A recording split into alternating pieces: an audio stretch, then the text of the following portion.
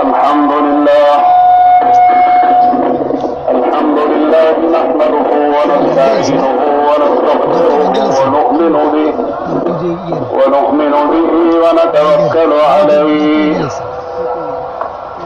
ونعوذ بالله من شرور أنفسنا ومن سيئات أعمالنا من يهده الله فلا مضل له ومن يضلل فلا هادي له ونشهد أن لا إله إلا الله وحده لا شريك له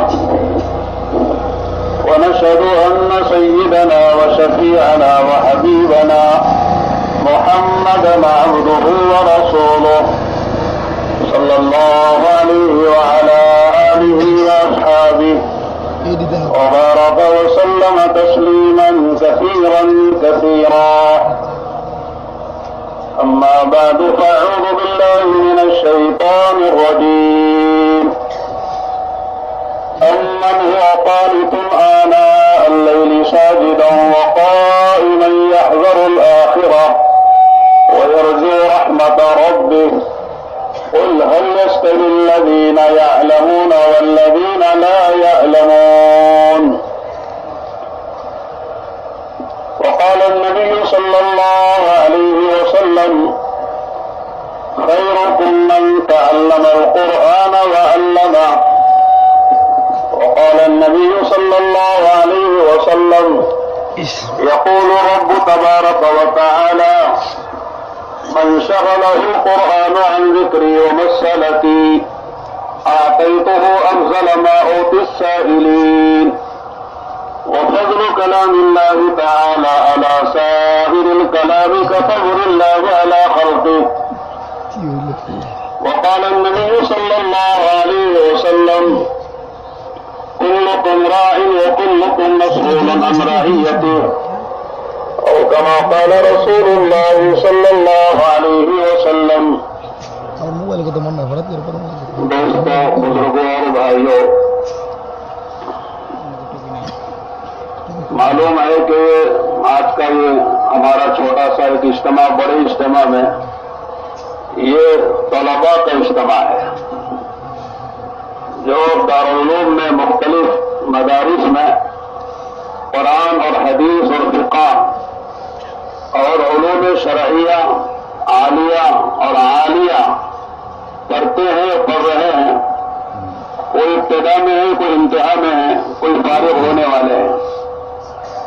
پہلی بات تو میں عرض کرنا چاہتا ہوں کہ اللہ تعالیٰ نے اپنے کروڑ بندوں میں ہمارا اور آپ کا انتخاب کیا ہے تاکہ ہم وارثین انبیاء میں ہمارا شمار ہو.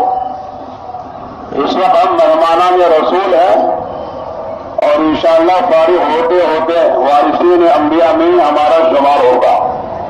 العلماء ورثۃ الانبیاء وإن الأنبياء لم يورثوا دينارا ولا درهما وإنما ورثوا العلم فمن أخذه أخذ بحظ وافر. لہذا جو نعمت اللہ تعالیٰ نے ہم کو دینے کا ارادہ کیا ہے اور دے رہے ہیں اور اپنے لاکھوں کروڑوں بندوں میں سے ہمارا انتخاب ہوا ہے، چنے گئے ہیں، اس پر اللہ کا شکر ادا کریں.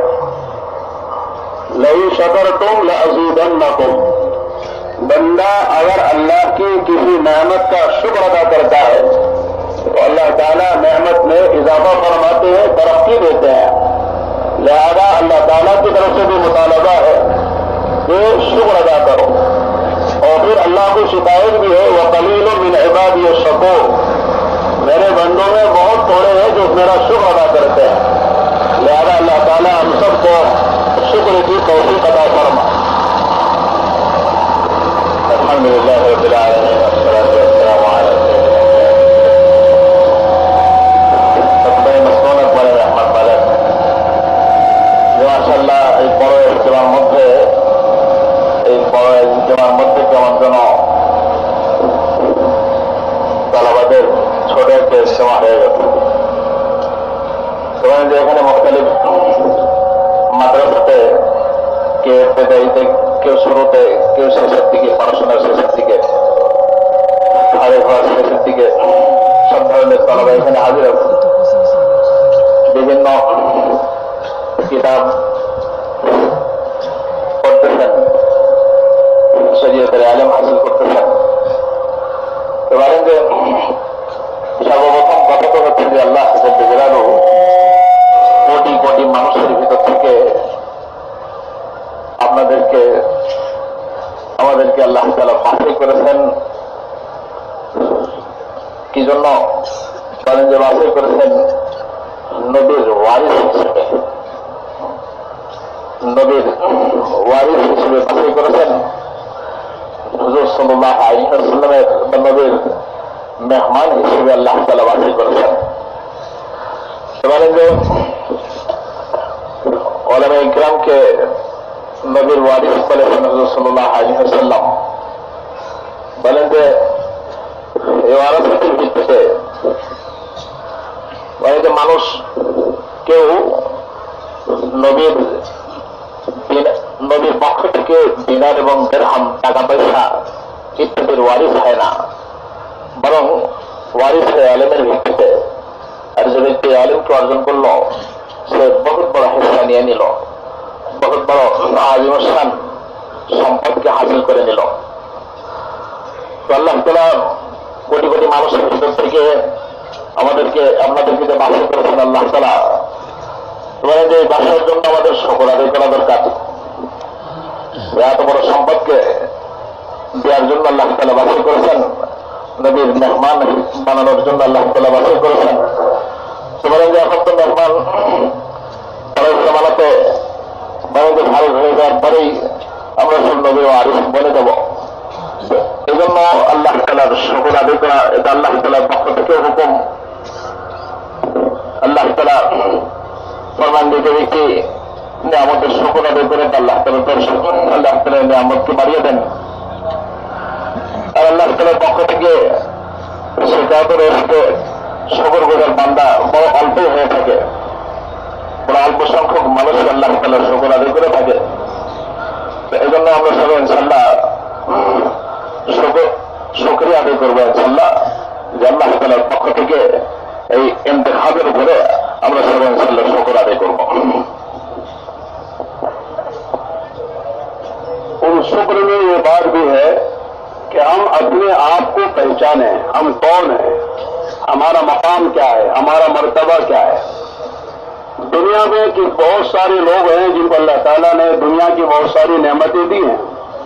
किसी के पास दौलत है, किसी के पास हुकूमत है, किसी के पास शोहरत है, किसी के पास बंगले और कारें हैं, और मलबूसात, मशरूबात, माकूलात, मरकूबात, बहुत सारी चीजें दुनिया के एतबार से हैं। लेकिन फरमाया कि वो सारी चीजें देखकर अगर खुदा न खास्ता जिसको अल्लाह ताला ने इल्म दीन दिया है, कुरान की दौलत दी है, और कुरान जैसी अजीम नेमत से उसके दिल को मामूर और मकबूल कर दिया है, इसको ये नहीं चाहिए कि वो दूसरों को देखकर राल टपकाए, ललचाए और यूं सोचे कि साहब काश ये चीजें मुझे मिलती। अल्लाह के नबी अलैहिस्सलातु वस्सलाम ने फरमाया कि ला हसद इल्ला फिस्नतैन, रजुलन आताहुल्लाहुल कुरान व यक़ूमु बिही आना अल-लैल व आना अन-नहार, व रजुलन आताहुल्लाहु मालन फसल्लतहु अला हलकति फिल हक़ व हुवा युनफिक़ु मिन्हु आना अल-लैल व आना अन-नहार। पूरी कायनात में अल्लाह के बंदों में सिर्फ दो किस्म के वो बंदे हैं जिनको देखकर आदमी के मुंह में पानी आए, रश करे, गिब्ता। यहाँ आप जानते हैं, पढ़ा है, हसद गिब्ता के माने में, जिसके माने उर्दू में रश के आते हैं। उनको देखकर रश करना। ये जिसको अल्लाह ने कुरान की दौलत दी है, हाफिज बनाया, आलिम बनाया, मुफ्ती बनाया, कुरान के उलूम उसके सीने में अल्लाह ने भर दिए, वो कुरान का आलिम भी है, आमिल भी है और दाई भी है। कुरान की रोशनी में फैसले भी करता है, कुरान पर अमल भी करता है और कुरान को जानता भी है। ऐसे आलिम दीन, हाफिज कुरान और कारी कुरान को देखकर आदमी के मुंह में पानी आए और रश करे कि काश मैं भी ऐसा होता, या मेरे घर का कोई फर्द ऐसा होता। फरमाया दूसरा वो मालदार है जिसको अल्लाह ने दौलत दी है, लेकिन दौलत के साथ उस दौलत के सही जगह खर्च करने की अल्लाह ने तौफीक दी है किसी के बंगले को देकर रश नहीं करना, किसी के कारों को देकर रश नहीं करना, किसी के ओहदे कुर्सी को देकर रश नहीं करना, बल्कि उस माल में अल्लाह ने जो उसे सही जगह खर्च करने की जो तौफीक दी है, सही मसारिफ में कि मदरसे बनाता है, माशाअल्लाह अल्लाह के अल्लों पर खर्च करता है, अल्लाह के रास्ते में लगाता है माल, तो सही जगह खर्च करने की तौफीक मिली है। तो इस तौफीक मालदार को देकर रश कर सकते हैं कि अगर अल्लाह मुझे भी माल देता तो मैं भी मदरसा बनाता हूं, मैं भी कोई जो है अल्लाह के बंदों के लिए काम आने वाले काम करता हूं, बेवाओं यतीमों मिस्कीनों को खर्च करता हूं, खुदा के रास्ते में दूर दूर तक जाता हूं। ऐसे मालदार को देकर रश करना चाहिए। वरना बकौल हजरत मौलाना अली मियां साहब रहमतुल्लाह अलैह जो हमारे शेख है, फरमाते थे कि अगर कोई मालदार सही जगह माल खर्च न करे तो वो नेमत नहीं है बल्कि कारून का खजाना है। जिन्हें कारून का खजाना उसके काम नहीं आया, वो धस रहा है, ये तजल इलाकिया मिसा क़यामत तक धसता चला जा रहा है। ज्यादा सिर्फ माल का मिल जाना काबिल रश होने के लिए काफी नहीं है, बल्कि माल के साथ सही जगह खर्च करने की तौफीक का मिलना असल है। तो और मैं कर रहा था कि अल्लाह ने हमें जो नेमत दी है वो अंबिया की वरासत में से अल्लाह ने हमें हिस्सा देने का इरादा फरमाया है। लिहाजा मालदारों को देखकर, ओहदेदारों को देखकर कभी आदमी के दिल में ख्याल भी न पैदा हो कि काश हम भी ऐसे होते। हदीस में आता है कि अगर किसी को अल्लाह ने कुरान की दौलत अता फरमाई है, हाफिज बनाया, आलिम बनाया, किसी मालदार को देखकर उसके दिल में ख्याल पैदा होता कि काश ये दौलत मुझे मिल जाती, इच्छा होता, तो उसने कुरान की तौहीन की है। कहीं ऐसा ना हो कि कुरान सीने से निकाल ना लिया जाए। इसलिए हम किसी को देखकर मुंह में पानी ना लाएं, बल्कि अल्लाह का शुक्र अदा करें। अल्लाह ने दुनिया में सबसे बड़ी नेमत के देने के लिए अल्लाह ने हमारा इंतखाब फरमाया है, इसलिए कि दुनिया में दो ही नेमतें बड़ी हैं, एक ईमान की है और एक इल्म की है।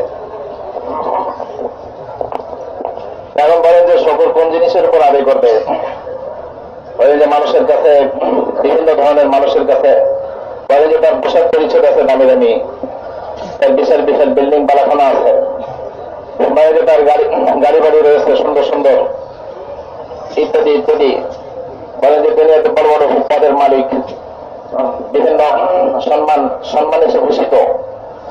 বলেন যে সমস্ত জিনিসের উপরে এই সমস্ত বিষয়কে দেখে লালায়িত হবে আর এই সমস্ত জিনিসের উপরে শুকর আদায় করবে। হ্যাঁ, দুই জিনিস এমন রয়েছে, বলে যে দুই জিনিস আর দুই ব্যক্তি, বলে যে দুই ব্যক্তির উপরে হিংসা করা অর্থাৎ ঈর্ষা করা যায় না। একদম হচ্ছে যাকে আল্লাহ তাআলা কোরআনে কারীমের ইলম দিয়েছেন, কোরআন পড়ার তৌফিক দিয়েছেন, যে কোরআন পড়তে পারে সে কোরআনের উপর আমল করে, মাশাআল্লাহ কোরআনের দাওয়াত বটে, মানুষকে আল্লাহ তাআলার আহকাম মানুষের কাছে পৌঁছাই, তো নিজেও আমল করে অন্য মানুষকে আমলের দিকে ডাকে। এবং যে এর মধ্যে এই যে সারাদিন কোরআনের চর্চা করতে থাকে এবং কোরআনের উপর আমল করে, কোরআনে কারীমের তেলাওয়াত করতে থাকে, বলেন যে এমন ব্যক্তির উপরে ঈর্ষা করা, এমন ব্যক্তির উপরে ঈর্ষা করে জায়েজ রেখেছেন, হিংসা করে জায়েজ রেখেছেন।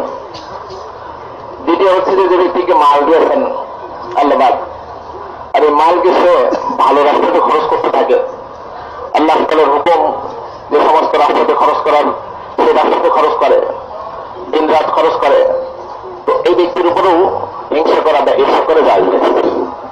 এক হচ্ছে হিংসা আর এক হচ্ছে ঈর্ষা। হিংসা তো কোনো মতেই কোন ক্ষেত্রে আসলে জায়েজ নেই। এই দুই ব্যক্তির ক্ষেত্রে হিংসা করে জায়েজ বলতে ঈর্ষা করা জায়েজ।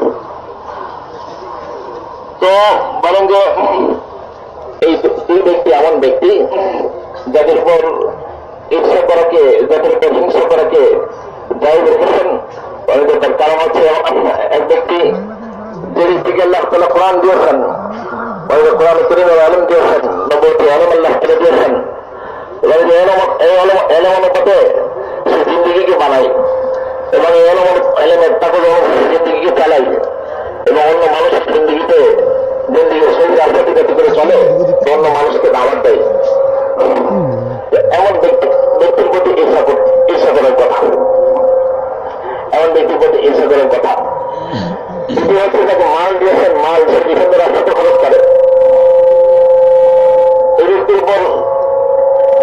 মাল দিয়েছেন আল্লাহ তাআলার হুকুম অনুপাতে বিভিন্ন রাস্তাতে সে খরচ করে। বলেন যে এই ব্যক্তি যাকে বিভিন্ন রাস্তাতে সেই রাস্তাতে খরচ করার তৌফিক আল্লাহ তাআলা দিয়েছেন, এমন ব্যক্তির উপর লালায়িত হওয়া, এমন ব্যক্তির উপর এই গুণের উপরে লালসা রাখা আর ইচ্ছা রাখা, বলেন যে রায় বের করেছেন শরীয়তে, এটা ভালো জিনিস।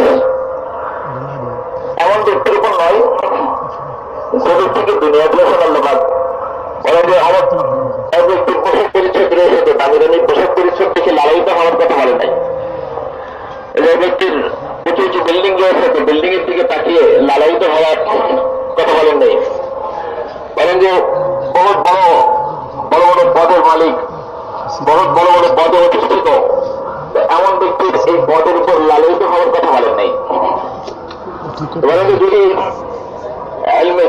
তাকে আল্লাহ তাআলা ইলম দিয়েছেন, ইলম দেওয়ার জন্য আল্লাহ তাআলা ইন্তেখাব করেছেন, এমন ব্যক্তি যদি ওই ব্যক্তির উপরে ওই ব্যক্তির উপর যাকে আল্লাহ তাআলা দুনিয়া দিয়েছেন, যার কাছে মাল আসবাব প্রচুর পরিমাণে রয়েছে, যার কাছে দুনিয়ার আসবাবপত্র পোশাক পরিচ্ছদ থেকে শুরু করে খানাপিনার সামানা যথেষ্ট পরিমাণে, বিল্ডিং বালখানা গাড়ি গাড়ি ইত্যাদি যথেষ্ট পরিমাণে যাকে দিয়েছেন, এই জিনিসের উপর লালায়িত হওয়ার ক্ষেত্রে এমন কথা আসছে, মানে যে যদি যাকে ইলম দিয়েছেন কোরআনের ইলম, সে ব্যক্তি দুনিয়াদারদের প্রতি তাকায় আর তাদের দুনিয়ার এই সামানের প্রতি তাকিয়ে যদি লালায়িত হয় যে যদি আমারও এরকম হয়ে যেত, আমি যদি এরকম এ সমস্ত আসবাবের মালিক হয়ে যেতাম, তো বলেন যে সে ব্যক্তি তো কোরআনে কারীমের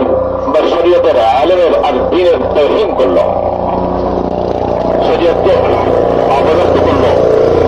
এই জন্য বলেন যে আলিয়া রাহমাতুল্লাহ আবুল হাসান রাহমাতুল্লাহ আলাইহি বলতেন যে যাকে আল্লাহ তাআলা মাল দিয়েছেন, সম্পদ দিয়েছেন, আর সে সম্পদকে আল্লাহ তাআলার হুকুম অনুপাতে খরচ করে না, এটিম মিসকিনদের উপর খরচ করতে পারে না, বলেন যে মাদ্রাসা মসজিদের উপর খরচ করতে পারে না, তো বলেন যে এমন ব্যক্তির অর্থ সম্পদ তো কারণের খাজানা। কারণ যেরকম আল্লাহ তাআলা খাজানা দিয়েছিলেন, সম্পদ দিয়েছিলেন, কিন্তু সেই সম্পদকে সে আল্লাহ তাআলার হুকুম অনুপাতে ব্যবহার করতে পারে নাই, যার কারণে তার সম্পদ সব আল্লাহ তাআলা থেকে মাটির নিচে বসিয়ে দিয়েছেন। হাদিস পাকের মধ্যে আছে যে কিয়ামত পর্যন্ত মাটির নিচে বসে থাকবে, কারণ তার সম্পদ থেকে কোনো কাজে দেয় নেই, সম্পদ থেকে শুধু উপকার হাসিল করতে পারেনি। তো ওই সম্পদ ব্যক্তির উপরে ইচ্ছা করা, যে সম্পদটি মসজিদ বানায়, মাদ্রাসা বানায়, এটিম মিসকিন বিধবাদের উপর খরচ করে, আল্লাহ তাআলার হুকুম অনুপাতে কারে খায়রের জন্য খরচ করে, বলেন যে এই ব্যক্তির উপর ইচ্ছা করার কথা, এই ব্যক্তিকে দিয়ে দেখে যদি জিহ্বায় পানি আসে অর্থাৎ লোহিত হয়, তাহলে এটা ঠিক আছে, এটা শরীয়তের হুকুম। দ্বিতীয় হচ্ছে যে ব্যক্তি দ্বিতীয় ইলমের এই আমল যাকে আল্লাহ তাআলা ইলম দিয়েছেন, মাশাআল্লাহ সে ইলমকে নিজের জিন্দেগিতে রাখে, অন্য মানুষের কাছে ইলমকে ছড়ায়, বলেন যে এই ব্যক্তির উপরে ইচ্ছা করার কথা। তো বলেন যে এই দুই জিনিসের উপর শরীয়ত বলেন যে হিংসাকে জায়েজ রেখেছেন। বলেন যে আমরা আল্লাহ তাআলার মেহেরবানি, অশেষ মেহেরবানি যে আল্লাহ পাক আমাদেরকে ইলম দেওয়ার জন্য, ইলমের মতো দৌলত আমাদেরকে দেওয়ার জন্য বাছাই করেছেন, ইন্তেখাব করেছেন। এই জন্য মহামূল্যবান সম্পদের উপর সম্পদ দেওয়ার জন্য যে আল্লাহ তাআলা আমাদেরকে বাছাই করেছেন, আমাদের জন্য জরুরি হচ্ছে যে আল্লাহ তাআলা শুকর আদায় করা।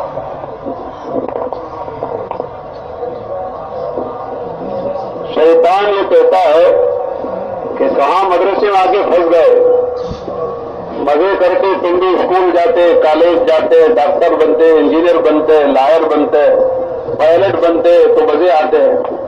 मदरसे में आके कहाँ मौलवी बन रहे हो, हाफिज बन रहे हो, आलिम बन रहे हो, तुम्हारा फ्यूचर क्या होगा, मुस्तकबिल क्या होगा।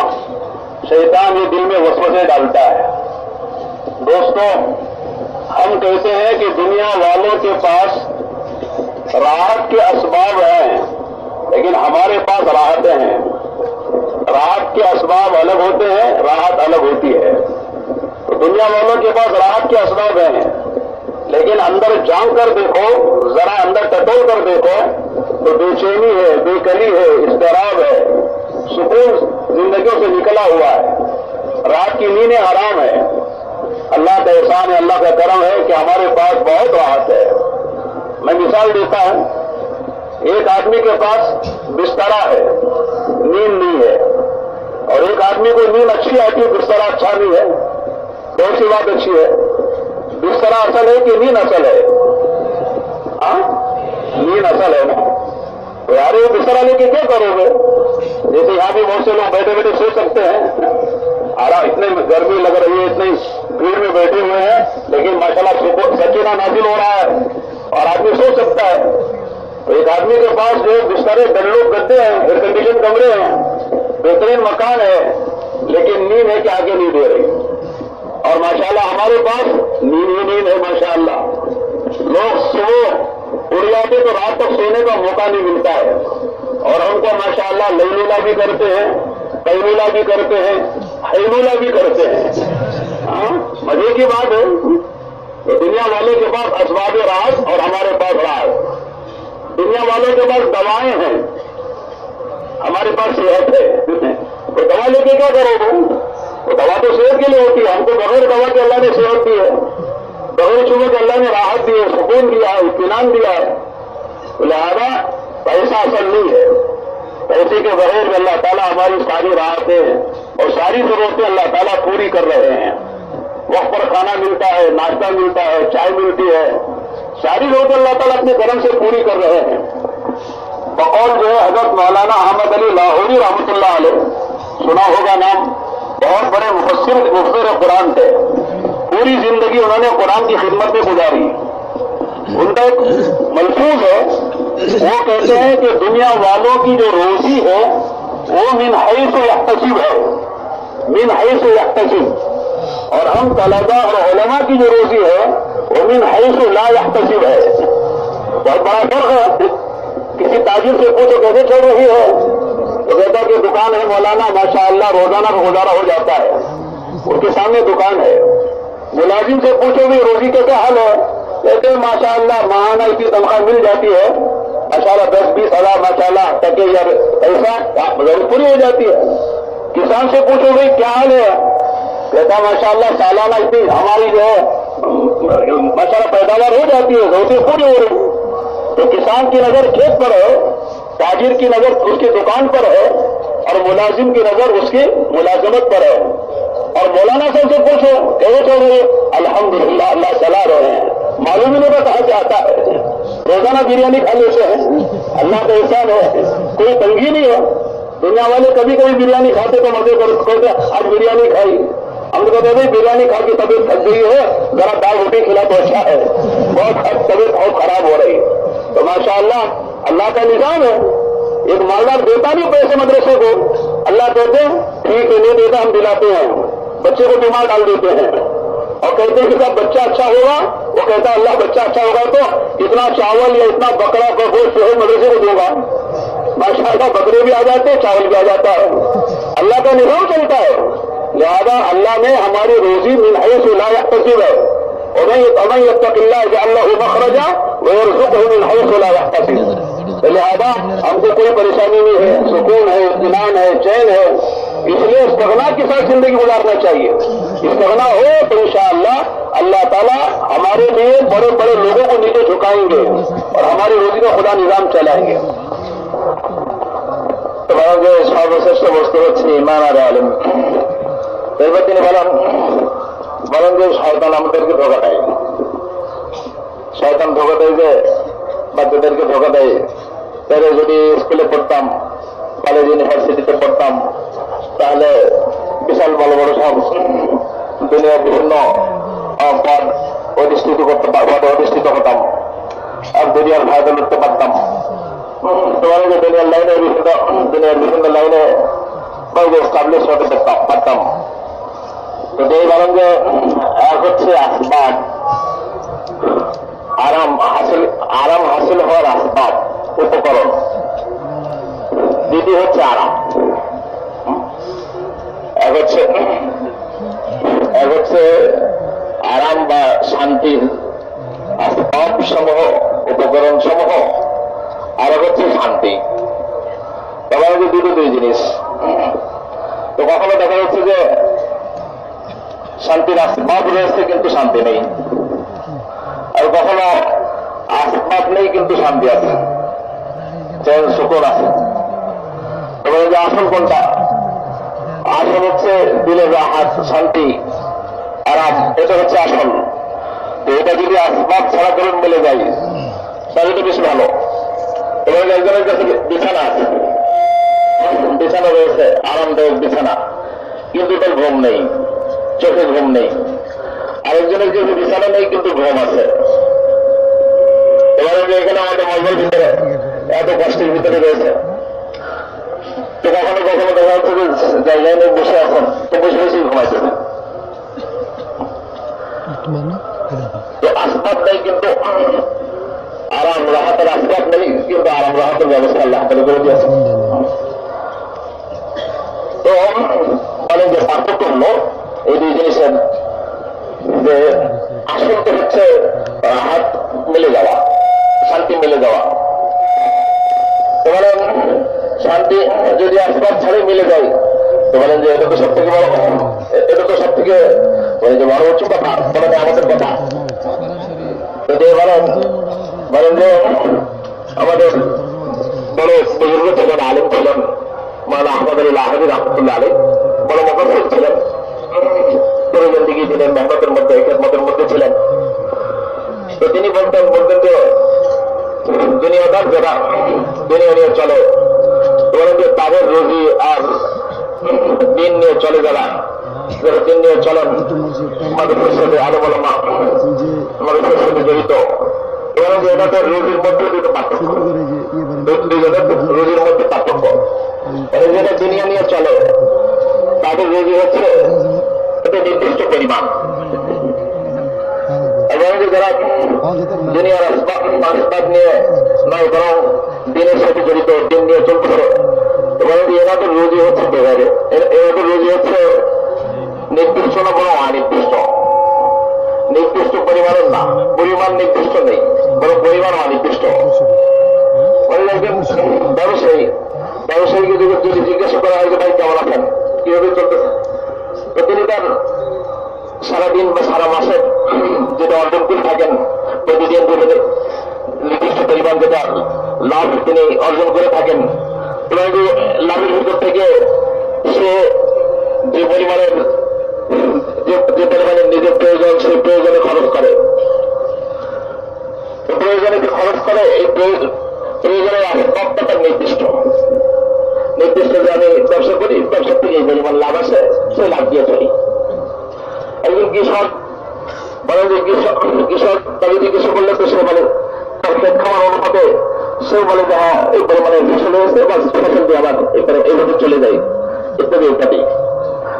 তো তার আরাম রাহাত ইত্যাদির আসবাব নির্দিষ্ট, যে এইভাবে আমার দিন গুজরা হয়ে যায়, দিন অতিবাহিত হয়ে যায়, মাস চলে যায়, বছর চলে যায়। তোমার যে একজন মৌলানা সাহেবকে জিজ্ঞাসা করলে, হুজুরকে জিজ্ঞাসা করলে কিভাবে আসেন, কিভাবে চলে, আল্লাহ তাআলা চালায়। তোমার যে দেখা যাচ্ছে যে যারা দুনিয়ার আসবাব নিয়ে পড়ে রয়েছে, তারা কখনো কখনো তারা বিরিয়ানি পাকান, কখনো কখনো ভালো খাবার তাদের জন্য জুটে। তোমার যে আলেম ওলামা কখনো বলেন যে প্রতিদিনই বিরিয়ানি খান, বিরিয়ানি খেতে খেতে পেট নষ্ট হয়ে গেছে, এখন একটু সাধারণ খানা দরকার, শাকসবজি দরকার, সেই চিন্তা করেন। তোমার যে খানা পেনা আল্লাহ তাআলা এরকম হিসেব ছাড়া আল্লাহ তাআলা ইন্তজাম করেন, বলেন যে সবকিছু দুনিয়ার আসবাবের ক্ষেত্রে বলেন যে হিসেব ছাড়া আল্লাহ তাআলা ইন্তজাম করে থাকেন। বলেন যে দুনিয়াতে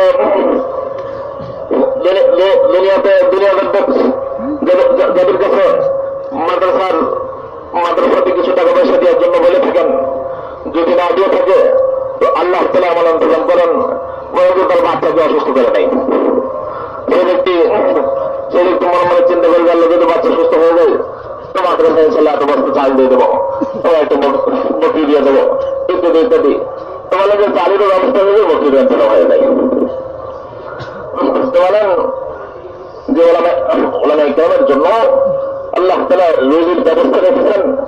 আল্লাহ তাআলা বেগের হিসাব অর্থাৎ অনির্দিষ্ট রুজি, যে রুজি নির্দিষ্ট না, অর্থাৎ যে আল্লাহ তাআলা যেমন চান যখন চান তখন আল্লাহ তাআলা সেরকম দান করে থাকেন। বলেন যে শান্তি রাহাত ঘুম, বলেন যে ঘুম দুনিয়াদার মানুষের জন্য দিনের বেলা করে ঘুমের চিন্তাও করতে পারেন না। বলেন যে মাশাআল্লাহ মাদ্রাসা তালিব ইলম মাদ্রাসার সাথে জড়িত, তারপরে আসহাবে কিরাম ওলামায়ে কিরাম, বলেন যে রাত্রে ঘুমান, দিনের বেলাও ঘুমান, বলেন যে রাত্র দিনের এগুলো ওভারটাইমও করেন ঘুমের মধ্যে। তো বলেন যে এরকম ইন্তজাম আল্লাহ তাআলা রেখেছেন। তো ঘুমের ক্ষেত্রে, অনুরূপভাবে আসবাবের ক্ষেত্রে, রুজির ক্ষেত্রে, সব ক্ষেত্রে আল্লাহ তাআলা বলেন যে বেঘরে আল্লাহ তাআলা শুধু দুনিয়াদারদের মতো আল্লাহ তাআলা নির্দিষ্ট রুজির ব্যবস্থা করেন নাই, বরং নির্দিষ্টতার যে মেয়াদ রয়েছে সে মেয়াদ ছাড়িয়ে আল্লাহ তাআলা যেমনটি চান আল্লাহ তাআলা তেমনটি দান করে থাকেন। এজন্য বলেন যে দুনিয়াদারদের ক্ষেত্রে বলেন যে শয়তান এজন্য দুনিয়াদারদের দুনিয়াকে সামনে নিয়ে এসে ধোঁকা দিতে চাই, আসবাব থেকে ধোঁকা দিতে চাই, অথচ আসবাবের মাধ্যমে যে জিনিস হাসিল হওয়া দরকার তো সেই জিনিস আল্লাহ তাআলা আসবাব ছাড়াই আল্লাহ তাআলা আলেম ওলামা ওদেরকে আল্লাহ তাআলা দিয়ে থাকেন।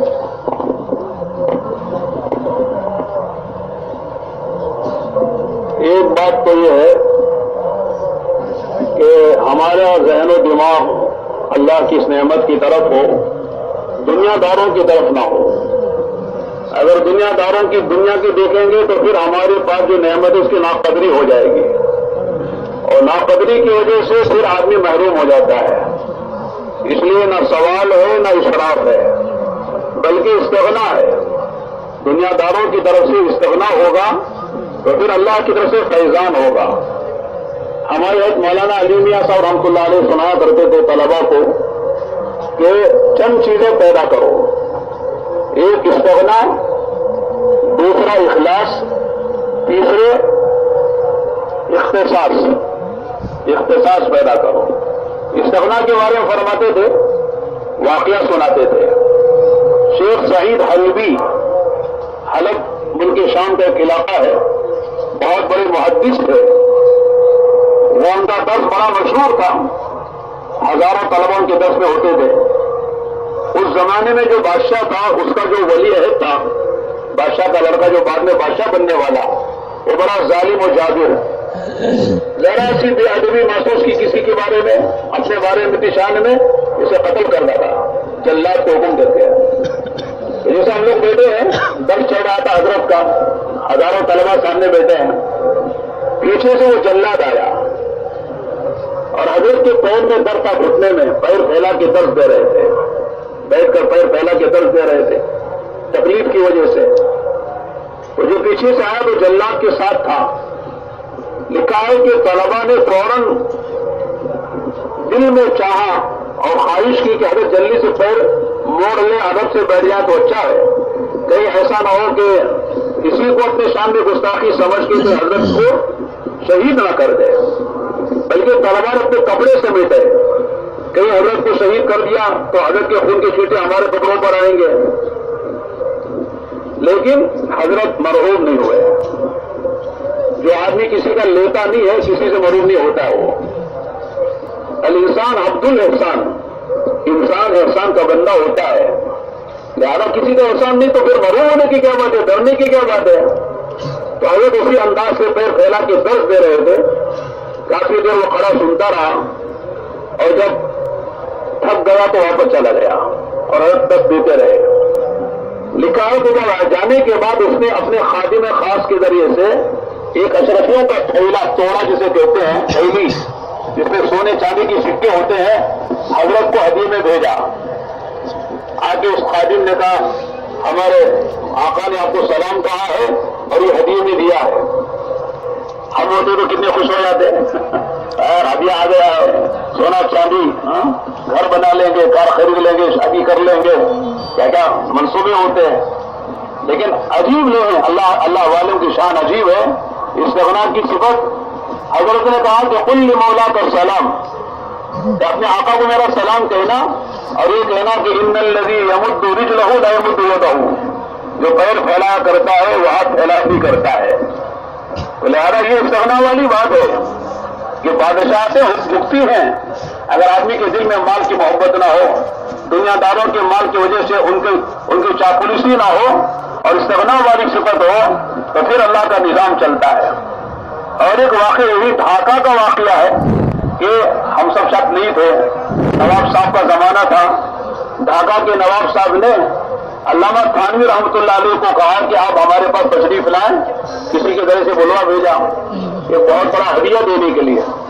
आमतौर से लोग क्या समझते हैं, उलमा को गरीब आदमी है, फकीर आदमी है, जरूरत है, जरा कुछ दे दे उनको। कहते हदिया जो है गरीब समझ के देने से फायदा नहीं होगा। हदिया मोहब्बत में दिया जाता है, गरीब समझ के हदिया नहीं देना चाहिए। चुनाचे उसने बुलवाया भेजा, अगर समझ ले के नवाब साहब नवाबी के जोर शोर में मुझे बुला रहे अपने दर पे कुछ हदिया देने के लिए, तो अगर समझ रहे तो बुलाने वाले से कहा कि नवाब साहब से कह देना कि जो दुनिया उनके पास है, जो देने के लिए बुला रहे, अल्हम्दुलिल्लाह बकदर जरूरत हमारे पास है, हमको नवाब साहब के पास जाने की जरूरत नहीं है। अलबत्ता जो दीन और इल्म दीन हमारे पास है वो नवाब साहब के पास बकदर जरूरत भी नहीं है, लिहाजा नवाब साहब से कहो कि हमारे पास आया करें, उनको हमारे पास आने की जरूरत है, हमको नवाब साहब के पास जाने की जरूरत नहीं है। इसी को किसी ने कहा ना कि नेमल अमीर अला बाबिल फकीर, उबैसल फकीर अला बाबिल अमीर। तो बहुत उम्दा है वो मालदार जो अल्लाह वालों के दर पर जाता आता रहता है अपना दीन सीखने के लिए। बहुत बुरा है वो अल्लाह वाला कहलाने वाला या आलिम कहलाने वाला जो किसी दुनियादार के दरवाजे पे जाता है। तो और मैं ये बात इसलिए कर रहा हूं कि एहसास कमतरी का हम शिकार हो जाते हैं। भाई हमारा क्या, हम हिफ्ज कर रहे थे, मेरा किस्सा सुनाता हूं। बेंगलोर में हमारे मदरसे में शहर से हटकर वो अंदर था, बसें नहीं आती थी, 3 किलोमीटर आना पड़ता था बस देखने के लिए। हाईवे में बसें जाती थी बेंगलोर मैसूर, तो वहां के बैठ के देखते थे लोग कारों में जा रहे हैं, स्कूटरों में जा रहे हैं, क्या मजे में हम तो हालांकि फंस गए। मदरसे वाला कि हमारे अब्बा ने लाके डाल दिया, कम हमको कार में बैठना नसीब होगा, कल स्कूटर में बैठना नसीब होगा। कोई आदमी कभी चलते चलते रिश्तेदार मिल गया, 10-20 रुपए दे दिया तो माशाल्लाह हमारी मेरा दे जाती थी, वाह 10 रुपए मिल गए, 20 रुपए मिल गए। हमारे दोस्त आते देखकर निकले भी थे मदरसे से और जाके तो छोटे छोटे काम कर रहे हैं। अल्हम्दुलिल्लाह हम अल्लाह का करम है, अल्लाह की तौफीक रही, शामिल हाल हम जमे रहे, वहां पढ़ते रहे, फिर नगरे में चले गए। अल्हम्दुलिल्लाह का एहसान है, इसी तालीम की बरकत से शायद महीने का कोई यानी महीने में कोई 15 दिन भी नहीं गुजरते तो हवाई जहाज में बन जाते हैं और दुनिया के तकरीबन सारे बड़े आजम का सफर कर लिया। अमेरिका चले गए, ऑस्ट्रेलिया चले गए, यूरोप चले गए, अफ्रीका के मुल्कों में गए, इसी इल्म दीन की बरकत से। तो लिहाजा पढ़ने के जमाने में शैतान बहुत बड़ा लाता है, अरे यार कहाँ फंस गए, चलो जाके दुनिया कमाएंगे और मजे करेंगे। अगर आदमी निकल जाता है तो धोखे में होता है और बाद में अफसोस करना पड़ता है, रोना पड़ता है। इसलिए मेरे अजीज तलबा से मैं करता हूं कि पढ़ने के जमाने में जो मुजाहिदा है, जो उलझने आए, जो परेशानियां आए, समझे कि इंशाअल्लाह मुस्तकबिल रोशन है हमारा। रायना खैर खैर फिल कुरही, रायना खैर खैर फिल कराहती, बड़ी से बड़ी खैर हमने वो नागवारी में पाई है। नागवारी आती है फिर खैर सामने आती है। इसे पढ़ने के जमाने में हालात जरा ऊंच नीच होते हैं और जरा जो फख्र फाके का जमाना गुजरता है, लेकिन बर्दाश्त कर लेना। इसलिए कि हमारे नबी का फख्र फाका वो इस्तरारी नहीं था, इख्तियारी था। आप चाहते थे पहाड़ आपके लिए सोना बन सकते थे, लेकिन आपने पसंद नहीं किया। लिहाजा आपके जो वारिसीन है उनका भी फख्र फाका वो इस्तरारी नहीं है, इख्तियारी है। हम भी चाहते तो कॉलेज में जा सकते थे, यूनिवर्सिटी में जा सकते थे, डॉक्टर बन सकते थे, लेकिन हमने मदरसे का रुख किया है। इसलिए के साथ हमको दुनिया नहीं चाहिए, हमको तो आखिरत चाहिए और अल्लाह ताला हमसे दीन का काम ले ले। इंशाअल्लाह इसी में हमारे लिए राहतें हैं, इसी में हमारे लिए इज्जतें हैं।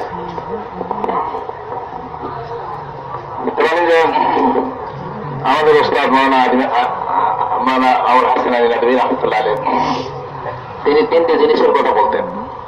এক হচ্ছে ইস্তেগনা, দ্বিতীয় হচ্ছে ইখলাস, তৃতীয় হচ্ছে ইখতিসাস।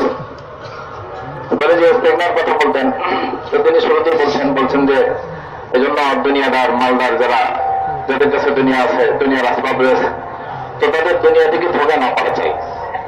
দিলের মধ্যে শয়তানের বিভিন্ন ধরনের অস্ত্র দিতে, যে আমরা এদিকে এই রাস্তাতে এসে হয়তো ভুলই করলাম, আমাদেরকে এই রাস্তাতে দিয়েছে, আমরা হয়তো ভুল করে বসলাম, এবং দুনিয়াদেরকে দুনিয়া দিকে ধোকা না পাওয়া চাই। প্রথমে বলেন যে ইস্তেগনার সাথে অর্থাৎ মানুষের কাছে যে দুনিয়া আছে, সেই দুনিয়া থেকে বিমুখ হয়ে আলেম শিখতে হবে। তো তিনি বলেন যে আমাদের উস্তাদ ঘটনা শোনাতেন, তো এক ঘটনা শুনিয়েছেন যে আল্লামা সাঈদ হালভী রহমতুল্লাহ আলী মুলকের সাবেক হালভ এলাকার বহুত বড় মুহাদ্দিস ছিলেন, হাজার হাজার ছাত্র ওনার ছিল, এবং যে ছাত্রদেরকে নিয়ে দর্শ দিতেন। তো জামানাতে বাদশার যে ওলিয়াত ছিল, অর্থাৎ পরবর্তীতে যে বাদশা হলো, বাচ্চার ছেলে, তো সে বড় জালেম প্রকৃতি ছিল। কারো ব্যাপারে কোনো সন্দেহ, তার ব্যক্তিগত তার নিজের ব্যাপারে যদি কারোর ব্যাপারে কোনো সন্দেহ পোষণ করত, তো তার গর্দান ওড়াই দিত, জেল্লাদের মাধ্যমে তাকে শেষ করে দিত। এবারে যে এরকম পরিস্থিতির ভিতরে সাঈদ হালভী রহমতুল্লাহ আলী, তো তিনি বলেন যে তার ছিলেন একদিন,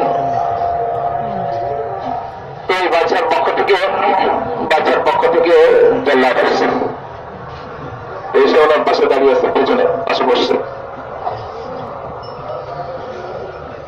হযরতের পায়ে ব্যথা ছিল, রানে ব্যথা ছিল, তো ব্যথার কারণে তিনি পা ভাঁজ করে বসতে পারতেন না, পা লম্বা করে দিয়ে বসতেন দশের মধ্যে। তো ছাত্ররা চিন্তা করলো যে এই যে জল্লাদ আসছে, এটা তো ভালো আলামত না। ছাত্ররা জানতো, বাচ্চার অবস্থা জানতো, পরিস্থিতি সম্পর্কে জানতো। তো ছাত্ররা চিন্তা করে, সামনে যারা বসেছিল তারা চিন্তা করতেছিল যে হুজুর যদি পাটা গুটিয়ে নিতেন তাহলে ভালো হতো, যেহেতু পা লম্ব করে দিয়ে রেখেছেন, তো এটাকে আদবের খেলাফ না মনে করে বসে জল্লাদ, আদবের খেলাফ মনে করে আদবকে শহীদ না করে দেয়। এই অবস্থাতে ছাত্ররা সামনে যারা বসেছিল তারা নিজেদের কাপড় চোপড়ে গুটিয়ে বসতেছিল, যে হযরতের উপর হামলার কারণে রক্ত ছিটিয়ে এসে তাদের উপরে না পড়ে। বলেন যে হযরত ওনার দিলের ভিতরে 100 ভাগের 100 ভাগ ইস্তেগনা ছিল, যার থেকে কোনো দেনা নেই, চাওয়া নেই, তো যার থেকে কোনো কিছু আশা করা নেই, তো তার ব্যাপারে মানুষ উপেক্ষা করে চলে, তাকে উপেক্ষা করে চলে। তো তেমন তিনি চালিয়ে যাচ্ছিলেন, ওইদিকে জল্লাদ যখন কথাবার্তা শুনতে যখন থেকে গেছে, তো ওইটা চলে গেছে, কিন্তু তার লোক রেখে তার কাছে এক ছেলে আশরাফি স্বর্ণমুদ্রা রেখে চলে গেছে।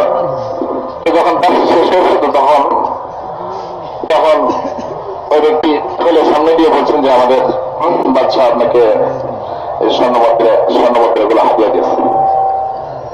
বলেন যে আমরা শুনলে তো, হাতিয়ার কথা শুনলে তো সাথে সাথে খুশি হয়ে যেতাম, খুশিতে বাগদার হয়ে যেতাম। এবং যে আল্লাহ মানুষ দিলের মধ্যে ইস্তেগনা রয়েছে, তিনি আশরাফি দেখে খুশি হন নাই, যখন ওই ব্যক্তি ছেলে পেশ করছে, বলছে যে আমাদের আপনাকে সালাম দিয়েছে এবং এই হাদিয়া পেশ করছে, যিনি বলছেন যে আমার পক্ষ থেকে তোমাদের বাচ্চাকে সালাম। আর সাথে সাথে কথা বলে দিবে যে যে ব্যক্তি তার পাকে লম্বা করেছে, সে তার হাতকে লম্বা করে না। অর্থাৎ যার মধ্যে দিলের ভিতরে মানুষের থেকে অমুখাপেক্ষিত রয়েছে, যে ব্যক্তি আল্লাহ তাআলার মুখাপেক্ষী, 100 ভাগের 100 ভাগ যে ব্যক্তি আল্লাহ তাআলার মুখাপেক্ষী হয়ে গেছে, সে আল্লাহ তাআলা ব্যতীত দ্বিতীয় কারোর কাছে হাত পাতে না, অর্থাৎ মুখাপেক্ষী হয় না। তো মানে যে এরকম ইস্তেগনা ছিল। দ্বিতীয় ঘটনা তিনি বলেন যে এটা আগের ঘটনা, বলে ওই সময় আমরা তো ছিলাম না, আগের জমানার সে নবাবদের জমানার ঘটনা। এবং যে ঢাকার যিনি নবাব ছিলেন তো তিনি একবার লম্বা হাদিয়া দেওয়ার জন্য মানাসুর থাকবে রহমতুল্লাহ আলীকে খবর পাঠিয়েছেন যে তিনি যাতে ঢাকাতে আসেন, আচ্ছা নবাবের কাছে আসেন, এই হাদিয়াগুলো তিনি দেন। তো মানুষ, দুনিয়াদার মানুষ যারা এদের চিন্তা করতে, এদের দিনদারদের সম্পর্কে, আলেম ওলামাদের সম্পর্কে চিন্তা হচ্ছে যে এরা গরিব মানুষ, মহতাজ, মুখাপেক্ষী, তো এদেরকে কিছু দিলে ইহসান মনে করে যে ইহসান করলাম। তো মানুষ যখন অন্যের ইহসান নেয় তো সে মহসেনের গোলাম হয়ে যায়, মানুষও মহসেনের পক্ষ থেকে এরকম গোলাম হয়ে যায়। তো মানে যে নবাব যখন খবর পাঠিয়েছেন, লোক দিয়ে খবর পাঠিয়েছেন, তো থানভী রহমতুল্লাহ আলী, থানভী রহমতুল্লাহ বলছেন যে জবাব দিয়েছেন যে দেখো তোমাদের নবাব সাহেব যে জিনিস পাঠিয়েছেন আমাকে মহতাজ মনে করে, তো আমি সে জিনিসের মহতাজ না, সুতরাং আমার আল্লাহ। কিন্তু তোমার নবাব সাহেবকে তো বলে দিবে যে ওনার কাছে যেটা ছিল সেটা আমরা মহতাজ, আমি মহতাজ না, কিন্তু আমার কাছে যেটা আছে ওনার কাছে যেটা সেটার অত্যন্ত দরকার এবং সেটা তিনি মহতাজ, অর্থাৎ ইলম এবং দ্বীন। তো যেহেতু আমি মহতাজ না, তো ওনার কাছে যাওয়ার আমার প্রয়োজন নেই। আর যেহেতু আমার কাছে যে জিনিস আছে সেটা ওনার বড়ই জরুরত এবং বড়ই মহতাজ তিনি এ ব্যাপারে, দ্বীন এবং ইলম, সুতরাং তিনি যেন আমার কাছে এসে সেই যেটা তিনি মহতাজ সেটা তিনি নিয়ে যান। বলেন যে এজন্য ইস্তিগনার সিফাতের গুণাবলী আমাদের মধ্যে আসতে হবে। মাল আসবাব আর দুনিয়া ইত্যাদিকে দেখে মনে না করে চাই যে এগুলোর মধ্যে মনে হয় বড়ই মজা আর বড়ই সম্মান আর প্রভাব বা প্রতিপত্তি রয়েছে মধ্যে। বলে যে ছোটবেলায় আমরাও এই ধরনের চিন্তা করতাম, যেখানে পড়তাম ছোটবেলাতে, তোমার 3 মাইল দূরে হচ্ছে মেন রোড ছিল, তো আমরা 3 মাইল দূর থেকে মাদ্রাসা থেকে এসে আমরা রাস্তায় বাস আর গাড়ি দেখার জন্য আসতাম। তোমার যে বেঙ্গালোর থেকে দূরপাল্লার রাস্তাতে যেত, তোমার যে গাড়ি দেখতাম, ছোট ছোট কার দেখতাম, আর চিন্তা করতাম যে কারের ভিতরে কত না আরাম, আর কত না এদের সম্মান, আর কত না এদের সম্মান, প্রভাব, প্রতিপত্তি ইত্যাদি, কত না আরাম ইত্যাদি ইত্যাদি। তো মানে যে আমরা বলেন যে হেফজখানার জমানাতে অনেক ছেলে এই সমস্ত কিছু দেখে, এই সমস্ত চিন্তা করে তার মাথায় ছেড়ে চলে গেছে। পরবর্তীতে বিভিন্ন কাজের ভিতরে, ছোটখাটো কাজের ভিতরে লেগে যেটা দিয়েছিল সে পর্যন্ত আর পৌঁছতে পারে নাই। কিন্তু আল্লাহ তাআলার মেহরবানিতে আমরা হেফজখানা শেষ করেছি। মানে যে হেফজখানার পরে কিতাব খানাতে গেছি, নদওয়াতুল আলমাতে পড়াশোনা করছেন, তোমার যে ওখানে পড়াশোনা শেষ করছে, আল্লাহ তাআলা দিনের সাথে লাগিয়ে রেখেছেন। ওই যে দিনের সাথে লেগে থাকার কারণে বলেন যে আল্লাহ তাআলার মেহরবানিতে এখন তো এমন অবস্থা যে 15 দিনের ভিতরে এরকম সুযোগ এসে যায় যে এরোপ্লেনে সফর করতে, এরোপ্লেনে সফরের সুযোগ এসে যায় 15 দিন যেখানে যেতে।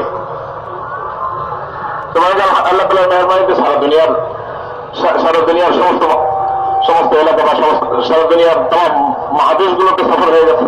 আমেরিকা, অস্ট্রেলিয়া ইত্যাদি যত মহাদেশ রয়েছে, বলে যে মহাদেশগুলোতে আল্লাহ তাআলার মেহরবানিতে সফর হয়ে গেছে। তো দিনের নেতৃত্বে আল্লাহ তাআলা চালাইতেছেন। সেই জন্য ইস্তিগনার সিফাতকে হাসিল করা, দুনিয়ার আসবাব, মাল আসবাব দেখে ধোঁকাতে না পড়া, যে বলে যে মেহনতের সাথে আর দিনের ইলমের সাথে যখন লেগে থাকবো, তো আল্লাহ তাআলা ইনশাআল্লাহ দুনিয়ার ইজ্জত আর সম্মান আল্লাহ তাআলা দান করবেন এবং आखिरत इज्जत और सम्मान अल्लाह ताला दान करते हैं। दोस्तों, दूसरी बात यह है कि जिसको भी जो मिला है वो अदब के रास्ते से मिला है। सिर्फ जहानत और फताने से आदमी पद तो ले सकता है, लेकिन दीन का खादिम नहीं बन सकता। अल्लाह से दीन की खिदमत नहीं लेते।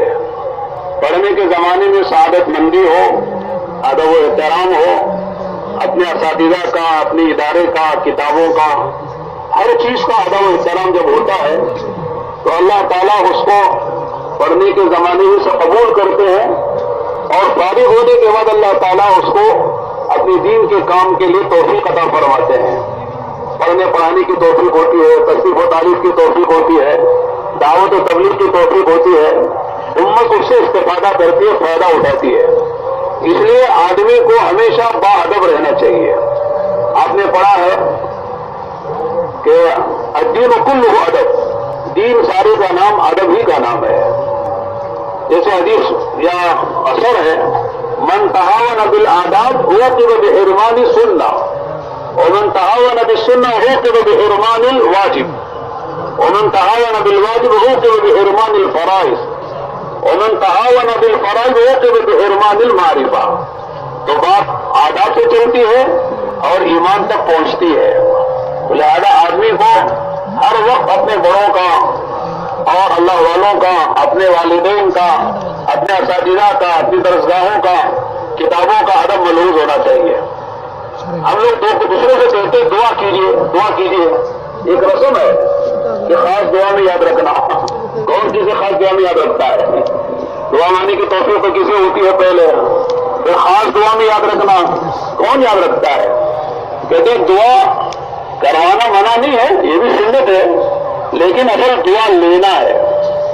दुआ करवाना तो कह दिया आपने, दरखास्त कर ली, और दुआ लेना है कि कोई ऐसा काम करो कि जब वो मांग रहा है दुआ तो आप याद आ जाएं और उसके दिल से दुआ निकल जाए।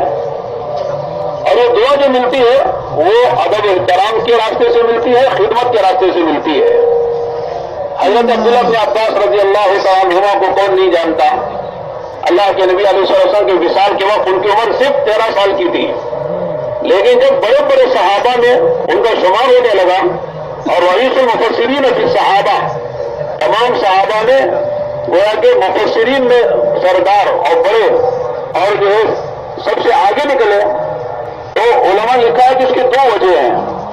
एक तो है कि अल्लाह के नबी अलैहिस्सलाम को अदब के रास्ते से खुश किया था और दूसरे खिदमत के रास्ते से खुश किया था। रात में अल्लाह के नबी उठे संजा के लिए तो वजू का पानी रख दिया, पूछा किसने रखा? इस लड़की ने रखा।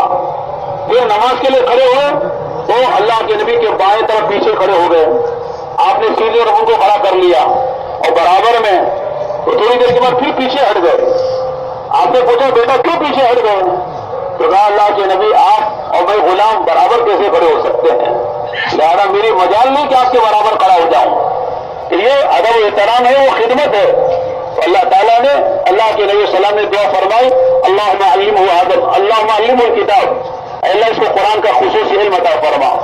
तो दोस्तों एक बात तो मैं यह करना चाह रहा था कि हम पढ़ने के जमाने ही से हर चीज का अदब एहतराम करें, तो इंशाअल्लाह की जात से उम्मीद है अल्लाह हमारे इल्म में भी बरकत देंगे और आइंदा मुस्तकबिल में भी अल्लाह ताला हमसे दीन का काम लेने का फैसला फरमाएंगे। तो भाई जरूरी जिनिस হচ্ছে যে আদবের পরে যে জিনিস হাসিল হয় প্রেম আর জহনিয়াত থাকার কারণে সেই জিনিস হাসিল হয় না। ধরেন যে প্রেম থাকার কারণে মুখস্থ শক্তি থাকার কারণে অনেক মুখস্থ হয়ে যেতে পারে, কিন্তু কাজে আসে কম যদি আদব না থাকে। আর যদি আদব থাকে তাহলে কাজে এসে যায়। এবার যদি আদব থাকে তাহলে তাকে আল্লাহ তাআলা ব্যবহার করেন, তালিমের মধ্যে ব্যবহার করেন, তাসদীকের মধ্যে ব্যবহার করেন, যে দাওয়াত ও তাবলীগের মধ্যে আল্লাহ তাআলা ব্যবহার করেন। অর্থাৎ আল্লাহ তাআলা তাদের খেদমত দেন আদবের কারণে। এই জন্য দুই জিনিস জরুরি, এক হচ্ছে আদব, দ্বিতীয় হচ্ছে খেদমত। আদব আর খেদমতের দাম। আচ্ছা আমরা সব বসে যাই ভাই, ওটা বসে করতেছি, মেহরবানি গিয়ে বসে যায়, পিছনে তারা দাঁড়িয়ে আসে বসে পড়ে। তো আদব আর খেদমত দুই জিনিসের মাধ্যমে ওই যে আল্লাহ তাআলার কাছে মকবুল হয়, আল্লাহ তাআলা তাকে দিয়ে আল্লাহ তাআলা কাম নেন। ভাই যে ব্যাপার সেটি আল্লাহ তাআলা হোক বরং সাহাবা ইকরামদের মধ্যে সব থেকে বড় মহাসিদ ছিলেন রইসুল মুহাম্মদিন হিসেবে খ্যাত হুজুর সাল্লাল্লাহু আলাইহি ওয়াসাল্লামের ইন্তেকালের সময় তার বয়স ছিল মাত্র 13 বছর, কিন্তু রইসুল মুহাম্মদিন হয়ে গেছেন সাহাবা ইকরামদের মধ্যে বড় আলেম, যেমন আলেমের সমুদ্র ছিলেন। তো দুই জিনিস ছিল ওনার মধ্যে, এক হচ্ছে আদব ছিল, দ্বিতীয় হচ্ছে খেদমত। ওই যে একবার হুজুর সাল্লাল্লাহু আলাইহি ওয়াসাল্লাম নামাজে দাঁড়িয়েছেন, তিনি পিছনে দাঁড়িয়েছেন, হুজুর ইসলাম পাশে তুলে নিয়েছেন, আবার পিছনে চলে গেছেন। জিজ্ঞেস করছেন যে এরকম কেন করছো? বলেন যে গোলাম আর মনিব এক কাপের কিভাবে দাঁড়াতে পারে, এক বরাবর কিভাবে হতে পারে? বলেন যে আদব ছিল। দ্বিতীয় হচ্ছে খেদমত করতেন হুজুর সাল্লাল্লাহু আলাইহি ওয়াসাল্লামের। ওদের সময় ওদের পানির ইন্তজাম করে দিতেন, মেসওয়াক সামনে রাখতেন, স্পর্শ জায়গার ইন্তজাম করতেন। বলেন যে জিজ্ঞেস করতেন যে কে পানি রেখে, লোকজন বলতো যে অমুক বাচ্চা, ওনার নাম শোনার পর দোয়া করতেন আল্লাহ তাআলার কাছে, আল্লাহ আল্লিম হোক কিতাব হকি হোক কিতাবের আল্লাহ সে তাকে কিতাবের আলিম দান করেন এবং দিনের সেই সমাজ আর ফাকাহাত দান করেন। এবং যে আদবের কারণে, খেদমতের কারণে আল্লাহ তাআলা উপরে বসেছেন। এই জন্য দুই জিনিস থাকা জরুরি। আদবের মধ্যে আদবের মধ্যে আদব, কিতাবাদি আলমের যত আসবাব রয়েছে সমস্ত আসবাবের আদব, এবং খেদমতের মধ্যে আসতে হবে জ্ঞানদের খেদমত। তিনি বলেন যে আমরা একে অপরের সাথে দেখা হলে দোয়া চাই, দোয়ার মধ্যে আমাকে ইয়াদ রাখবেন, আপনারা আমার জন্য দোয়া করবেন।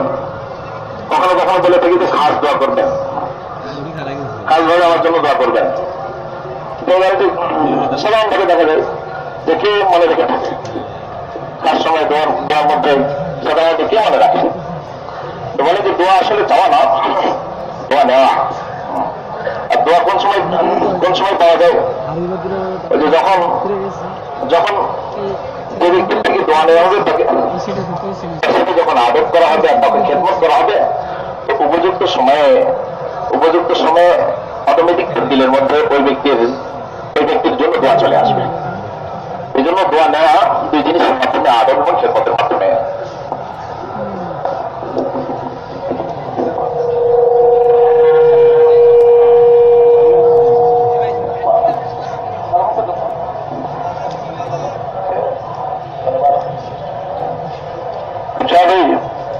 एक बात और अर्ज करनी है, पढ़ने के जमाने में खासतौर से जो हमने महसूस किया है, अपने बड़ों से भी सुना है कि उसे इल्म मिलता है, इल्म नाफे और दीन की खिदमत का उसे तौफीक होती है, जो पढ़ने के जमाने में मासी से बचता है, गुनाहों से बचता है।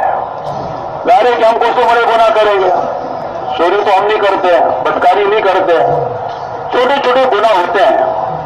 लिहाजा हसनातुल अबरार सय्यातुल मुकर्रबीन, उनके रुतबे में सिवा जिनकी सिवा मुश्किल है। तो बड़े लोग जो होते हैं उनकी छोटी गलती भी बड़ी समझी जाती है, इसलिए छोटे छोटे गुनाहों से भी बचना। गीबत है, किसी को काम कर दिया, तंग कर दिया, किसी को गाली दे दी, या किसी को छोटी मोटी चीज उठा के खा ली, ये छोटे छोटे गुनाह हैं, इससे भी अब बचने का इत्तेमाम करना चाहिए। हम लोग मिस्र गए थे, इमाम वकी जो इमाम शाफी के जो उस्ताद हैं उनकी खबर पर भी गए, इमाम शाफी की खबर पर गए। इसी तरह जो है हाफिज इब्न हजर अस्कलानी रहमतुल्लाह अलैह जो फतहुल बारी के मुसन्निफ हैं, अल्लामा आइनी उम्दतुल कारी के मुसन्निफ हैं, बड़े बड़े लोग वहां आराम कर रहे हैं।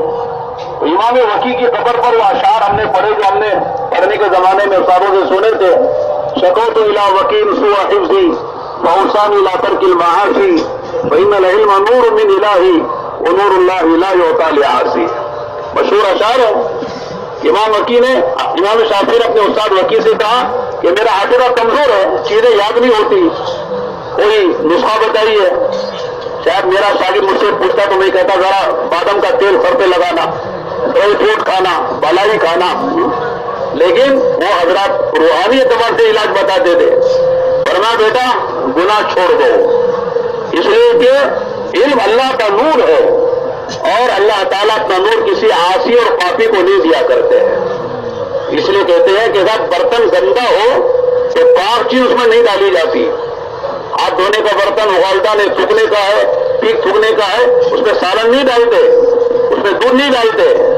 बर्तन पाक होना चाहिए, सही बर्तन होना चाहिए।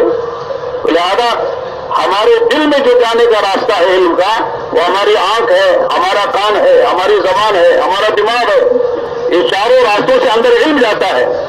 अगर गंदा देखा, गंदा बोला, गंदा सुना और दिमाग से गंदी बातें सोची तो ये सारे आधा रास्ते इल्म के जाने के गंदे हो जाएंगे। तो अल्लाह का जो नूर असल इल्म है, इल्म मालूमात का नाम नहीं है। मालूमात तो माशाअल्लाह ये दुनिया वाले जो यहूद और नसारा है उनको भी बड़ी अच्छी अच्छी मालूमात है कुरान हदीस के बारे में। मेरा मालूमात का नाम इल्म नहीं है, बल्कि इल्म एक अल्लाह का नूर है जिसे आदमी खुद रोशनी हासिल करता है और दूसरों को रोशनी दिखाता है। इसलिए खासतौर से पढ़ने के जमाने में इस बात का एहतमाम किया जाए। পরের জামানাতে বড় গুরুত্ব দেওয়া দরকার, সেটা হচ্ছে যে গোনার থেকে বাঁচা, ছোট ছোট গোনার থেকে বাঁচা। বড় মানুষের ছোট গোনাটাও বড়, তো এই জন্য গোনার থেকে বাঁচার দ্বারা ইলম হাসিল হবে। ধরেন যে আমরা মিশরে গিয়েছিলাম, ওখানে ইমাম শাফি রহমতুল্লাহ আলাইহির উস্তাদ রকিয়া রহমতুল্লাহ আলাইহি, এবার ইবনে হাজার আসকালানী রহমতুল্লাহ আলাইহি যে ফাতুল বারীর মুসান্নিফ, ওইদিকে উমদাতুল কারীর মুসান্নিফ, তো বলেন যে এদের বড় বড় এই ধরনের বুজুর্গানে দিন ওনারা সব ওখানে আসেন। রকি রহমতুল্লাহ আলাইহির কবরে জিয়ারতে যখন গেলাম তো দেখলাম যে ওনার কবরের উপরে ওই শের লেখা আছে, মশহুর শের, যে ইমাম শাফি আলাইহির রহমত তিনি যখন কোনো জিনিস ভালোভাবে মুখস্থ হতো না তো নিজের দুর্বলতাকে যখন উস্তাদের কাছে পেশ করলেন যে আমার কোনো জিনিস মনে থাকে না, তো মানে যে আমাদের কাছে জিজ্ঞেস করলে, ছাত্ররা আমাদের কাছে জিজ্ঞেস করলে আমরা হয়তো বলে দিলাম যে বাদামের তেল মাথায় মালিশ করার জন্য অথবা ড্রাই ফ্রুটস ইত্যাদি জিনিস খাওয়ার জন্য, বাদামের তেল এগুলো যখন খুলে যাবে। তো মানে যে ওনারা তো রুহানি ডাক্তার ছিলেন, তিনি বলছেন যে গোনাহ ছেড়ে দেওয়ার জন্য। ব্রেনের শেখাত অর্থাৎ মুখস্থ শক্তির কমজোরি শেখাত করেছেন, তো ওস্তাদের এলাজ বাতিয়েছেন গোনাকে ছেড়ে দেওয়া। কারণ মানে যে এলম হচ্ছে নূরের নাম, আর নূর কোন গোনাগের ব্যক্তিকে দেওয়া হয় না। তো বলেন যে এলম হচ্ছে মালুমাতের নাম না। মালুমাত তো ইহুদ নাসরাতের অনেক বেশি বেশি মালুমাত রয়েছে কোরআন হাদিসের ব্যাপারে, অনেক বড় মালুমাত তাদের আছে, কিন্তু এটা তাদের কোনো ফায়দা দেয়নি। ইলম তো হচ্ছে নূরের নাম। তোমার যে নূর তখনই হাসিল হবে যখন যখন দিল পাক পবিত্র হবে। অপবিত্র জিনিসের মধ্যে পাক জিনিস রাখা হয় না, যেমন বিজ্ঞানী চিলিমচি ইত্যাদি, এগুলোর মধ্যে দুধ রাখে না কখনো। পবিত্র জিনিস ভালো জিনিস কখনো রাখা হয় না। এই জন্য যে আমাদের দিল যখন পাক পবিত্র হবে তো আল্লাহ তাআলা ইলম দিবেন। তো দিলের মধ্যে ঢোকার যে সমস্ত রাস্তা, যেমন চোখ, কান, নাক ইত্যাদি, মুখ, জবান ইত্যাদি, এগুলো এই সমস্ত রাস্তা দিয়ে যখন ভালো জিনিস ঢুকবে তো তখন দিল স্বচ্ছ পবিত্র হবে। আবার এই রাস্তাগুলো দিয়ে যখন খারাপ জিনিস ঢুকবে তো দিল অপবিত্র হবে। বিনোদ, শেখাত, আবশ্যক, গালিগালাজ করা ইত্যাদি, মাঝে মাঝে লাগানি কথাবার্তা বলা, বলেন যে এগুলোর দ্বারা দিল অপবিত্র হবে। এই জন্য যখন এগুলো থেকে বেঁচে থাকবো, গোলাপ থেকে বেঁচে থাকবো, দিল আর পবিত্র থাকবে তো আল্লাহ তাআলা ইলম দান করবেন।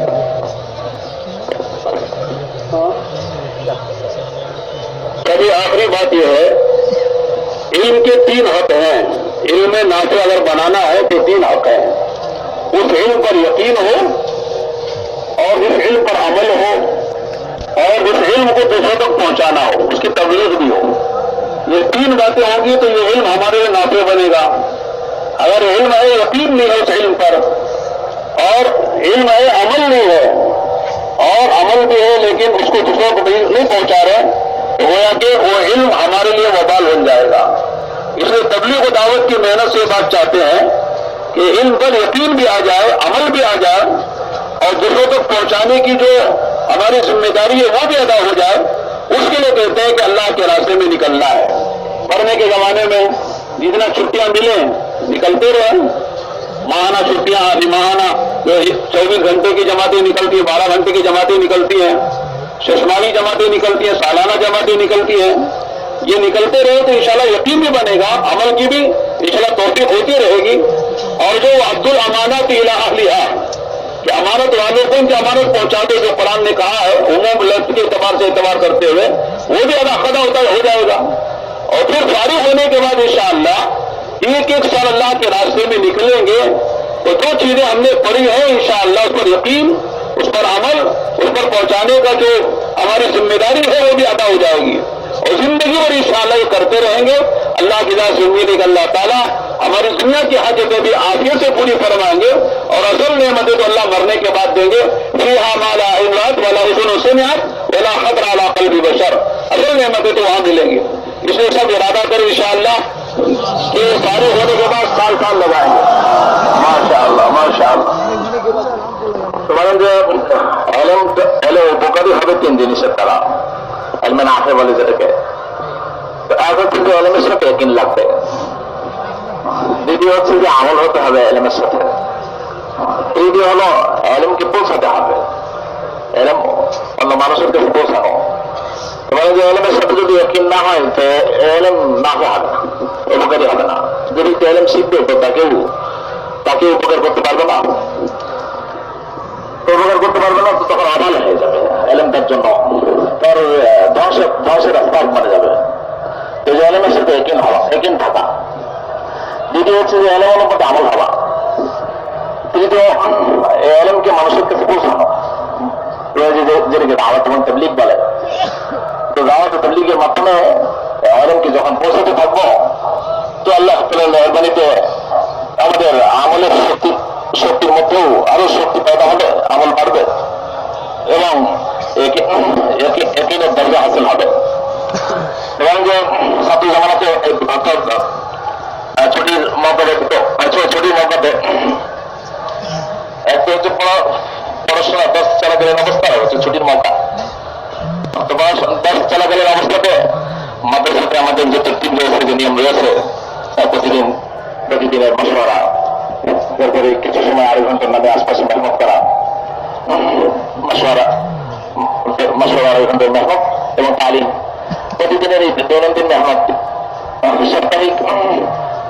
সাপ্তাহিক যে মেহনত রয়েছে মাদ্রাসা মশওয়ারার মধ্যে ছাত্রদের 24 ঘন্টা জামাতে যাওয়া ইত্যাদি, মাসে যে তরতিব রয়েছে মার্কাজ বছর গুজরে পাইতে যাওয়া ইত্যাদি। এবং ছুটির মৌকাগুলোতে 3 দিন থেকে শুরু করে 3 দিন 7 দিন, কোন লম্বা ছুটি চালালেন তাহলে পর 40 দিন, মানে যে সময়গুলো যখন লাগাতে থাকবো আর ফারিগ হওয়ার পরে 1 বছর লাগিয়ে যখন মেহনত নিয়ে চলতে থাকবো, এবারে যে আল্লাহ তাআলার মেহেরবানিতে এই মেহনতের শক্তিতে আল্লাহ তাআলার মেহেরবানিতে আমাদের আমলের শক্তিও বেড়ে যাবে এবং দিলের মধ্যে পরিপূর্ণ একিন জন্মাবে, একিন এসে যাবে। আর আল্লাহ তাআলার মেহেরবানিতে পুরো জিন্দেগি এই মেহনত নিয়ে যখন চলতে থাকবো তো আল্লাহ তাআলার মেহেরবানিতে দুনিয়াতে আল্লাহ তাআলা এর বরকত আল্লাহ তাআলা আমাদেরকে দান করবেন। আর আখিরাতে হামেশা জিন্দেগি যেখানে যে সমস্ত নিয়ামত আল্লাহ তাআলা রেখেছেন, যেটা কোনো মানুষের চোখ কখনো দেখে নাই, তাদের গান কখনো শ্রবণ করে নাই, আর মানুষের দিল দেমাগ দিয়ে কখনো কল্পনাও করে নাই, এরকম জিনিস আল্লাহ তাআলা আখিরাতে দান করবেন। এই জন্য সবাই ফারুক হওয়ার পরে কি বলেন, ফাল লাগানোর জন্য ইনশাআল্লাহ সবাই তৈরি আছেন ইনশাআল্লাহ। हम जो आपके सामने बैठे हैं इसका सारा सवाब आप लोगों को है। वो ऐसा है कि हम 83 में 1980 पर 83 में पहली मर्तबा बांग्लादेश इज्तिमा में आए थे, तकरीबन 38 साल पहले। यहीं से हमने दावत समझी है और यहीं से दावत का नियत करके साल का इरादा किया है। आपका इकराम, आपकी तवाज़ु, आपका अखलाक, आपकी तलब, इसने हमको दावत पे लगाया है। उसी हमारा नहीं, हजारों उलमा यहाँ पर आए, बड़े बड़े उन्होंने आकर नियतें कर ली कि दावत का काम करना है। मराकश में एक आलिम, बहुत बड़े आलिम मिले, अब्दुल हादी नामी। आप आलिम बाद में बने हो, लेकिन वो फिल्मी दुनिया में थे, जैसे मोहम्मद रफी थे हमारे हिंदुस्तान में, ऐसे गाने बजाने वाले आज बड़े जिम्मेदार हैं। उनसे हमने पूछा दावत में कैसे लगे, कहने लगे कि बांग्लादेश की इस्तेमाल में गए तो वहां से लग गए। उनके इकराम ने हमको लगा दिया। पता नहीं कितने लोगों ने आपके जरिए से माशाल्लाह, हम कहते हैं कि साहब लोग कहते हैं बांग्लादेश जो है वो गरीब मुल्क है, लेकिन शाही मेहमानी करता है माशाल्लाह, शाह बादशाह की तरह मेहमानी करता है। आने वाले सारे मेहमान मुतासिर होकर जाते हैं। लिहाजा आज भी माशाल्लाह इतना बड़ा तलबा का हमारे मदारी में पढ़ने वाला माशाल्लाह इतना बड़ा मजमा है। ये इरादा कर ले इंशाअल्लाह दीन का काम दुनिया में करना है तो सारी दुनिया में आपकी जमातें पहुंचेगी इंशाअल्लाह। कि पूरी दुनिया में इंशाअल्लाह हम जमातें लेकर जाएंगे। अल्लाह सबको कबूल कर। तो বলেন যে আল্লাহ তাআলা মেহেরবানি করে আপনাদের সামনে উনি বসছেন, তো বলেন যে আমার নেকি সব আপনাদের সেই হাতে। তো বলেন যে 1983-তে সর্বপ্রথম এখানে ইজতেমা আসলাম।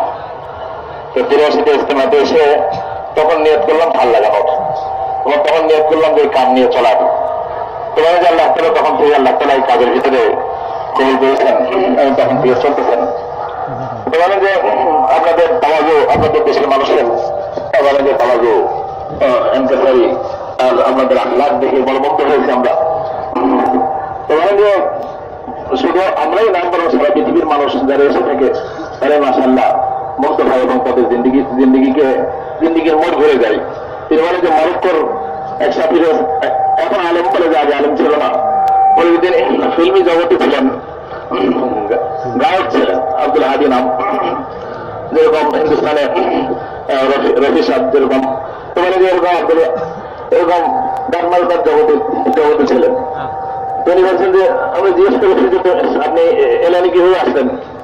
তো বলেন যে বাংলাদেশের ইজতেমাতে গিয়েছিলাম, তো ইজতেমাতে যে মতো আসলে সেখান থেকে মাশাআল্লাহ জিন্দিগির মোড় ঘুরে গেছে। তো বলেন যে আল্লাহ তাআলার মেহেরবানি, সারা পৃথিবীর থেকে মেহমানরা এখানে এসে থাকে, আপনাদের দেশের মেহমানদারি। বলে যে সারা পৃথিবীর মধ্যে বাংলাদেশ গরিব হিসেবে পরিচিত, কিন্তু মেহমানদারি করেন শাহী মেহমানদারি। তো বাংলাদেশের মানুষের কোরবানি মাশাআল্লাহ, আমার ইনকাসারি ইত্যাদি আপনাদের আখলাক, এগুলো দেখে লাখো মানুষ এদেশে আসে, তাদের জিন্দিগি পরিবর্তন হয়। তো মাশাআল্লাহ আপনারা ওলামা ইকরাম যদি আসলে নিয়োগ করে নেন, বলে যে আমরা সে সময় নিয়োগ করেছিলাম, আল্লাহ তাহলে কবুল করছেন, কামের ভিতর চলতেছি, আল্লাহ তাআলা চালাই দিচ্ছেন। তো আপনারাও মাশাআল্লাহ বিশাল মজমা, ইনশাআল্লাহ আপনারাও যদি নিয়োগ করে নেন, ইনশাআল্লাহ এই মেহনতকে শিখে সারা দুনিয়াতে ইনশাআল্লাহ মেহনত করবো। তো আল্লাহ তাআলা সারা দুনিয়াতে এই মেহনতের বরকতকে ছড়াবেন এবং আপনাদেরকে সারা দুনিয়ার আনাচে কানাচে আল্লাহ তাআলা পৌঁছে দিবেন। এজন্য সবাই নিয়ত আছেন ইনশাআল্লাহ।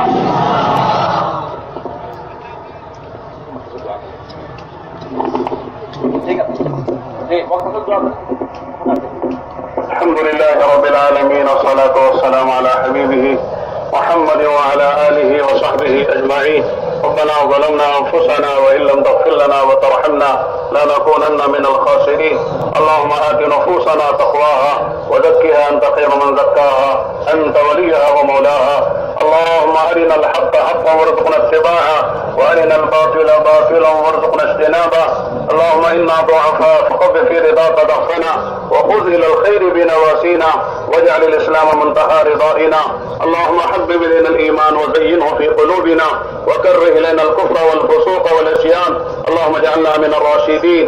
اللهم اهدنا واهد بنا واجعلنا سببا لمن اهتدى. اللهم اجعلنا هادين مهتدين غير ضالين ولا مضلين، سلما لأوليائك وحربا لأعدائك. نحب بحبك من أحبك ونعادي بعداوتك من خالفك من خلقك يا رب العالمين. ربنا تقبل منا إنك أنت السميع العليم وتب علينا إنك أنت التواب الرحيم.